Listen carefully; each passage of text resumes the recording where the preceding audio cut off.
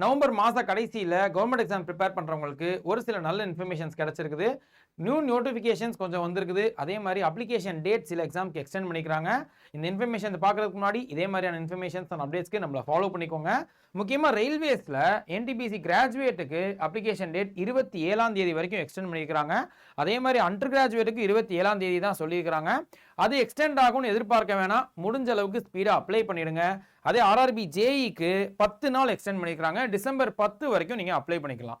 புது நோட்டிஃபிகேஷனை பொறுத்த வரைக்கும் சிபிஎஸ்இ, கேவிஎஸ் அண்ட் என்விஎஸ் கேந்திர வித்யாலயா நவோதயா வித்யாலயான்ற சென்ட்ரல் கவர்மெண்ட் ஸ்கூல்ஸில் வேலை பார்க்கறதுக்கு டீச்சிங் அண்ட் நான் டீச்சிங்கான ரெக்ரூட்மெண்ட் நோட்டிஃபிகேஷன் வந்திருக்குது.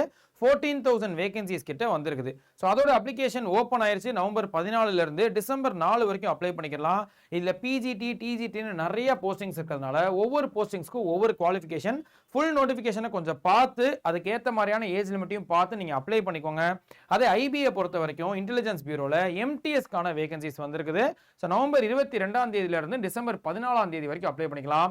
10th முடிச்சிருந்தாலே போதும். At the same time domicile certificate வேணும். தமிழ்நாட்டில் நம்ம வசிக்கிறோம் அப்படின்ற அந்த ப்ரூஃப் வேணும்ன்றத சொல்லிக்கிறாங்க. 18 to 25 இயர்ஸ் வரைக்கும் அதோட ஏஜ் லிமிட். பேங்கை பொறுத்த வரைக்கும் நபார்ட் கிரேட் ஏக்கான நோட்டிஃபிகேஷன் வந்திருக்குது. நவம்பர் 8 நவம்பர் 30 வரைக்கும் அப்ளை பண்ணிக்கலாம். இதில் ஒவ்வொரு போஸ்டிங்ஸ்க்கும் மல்டிபிளான அந்த குவாலிஃபிகேஷன்ஸ் இருக்குது. அதே பிஎன்பியில் லோக்கல் பேங்க் ஆஃபீஸர் எல்பிஓக்கான இந்த நோட்டிஃபிகேஷன் நவம்பர் 3 நவம்பர் 23 வரைக்கும் சீக்கிரமாகவே முடிய போகுது. மறக்காமல் அப்ளை பண்ணிக்கோங்க. அதே எஸ்எஸ்சி எடுத்துக்கிட்டிங்கன்னா ஒரு புது notification expected. So SSC GD கான்ஸ்டபிளுடைய நோட்டிஃபிகேஷன் நவம்பர்லேயோ டிசம்பர்லேயோ இருக்கலாம்னு எதிர்பார்க்குறோம். பட் அஃபிஷியல் நோட்டீஸ் இன்னும் வரல.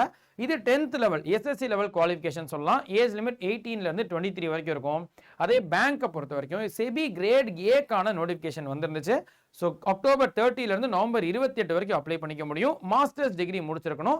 18 to 30 இயர்ஸ் ஏஜ் லிமிட். இதில் எந்த எக்ஸாம் படிக்கிறதுனாலுமே நம்ம இன்ஸ்டிடியூட்டில் கோர்சஸ் இருக்குது. அந்த கோர்சஸை நீங்கள் ஆஃபரோடையும் ஜாயின் பண்ணிக்கலாம். Y890 இந்த கோடை யூஸ் பண்ணும்போது 22% வரைக்கும் ஆஃபர் இருக்கும். செக் பண்ணி பாருங்க.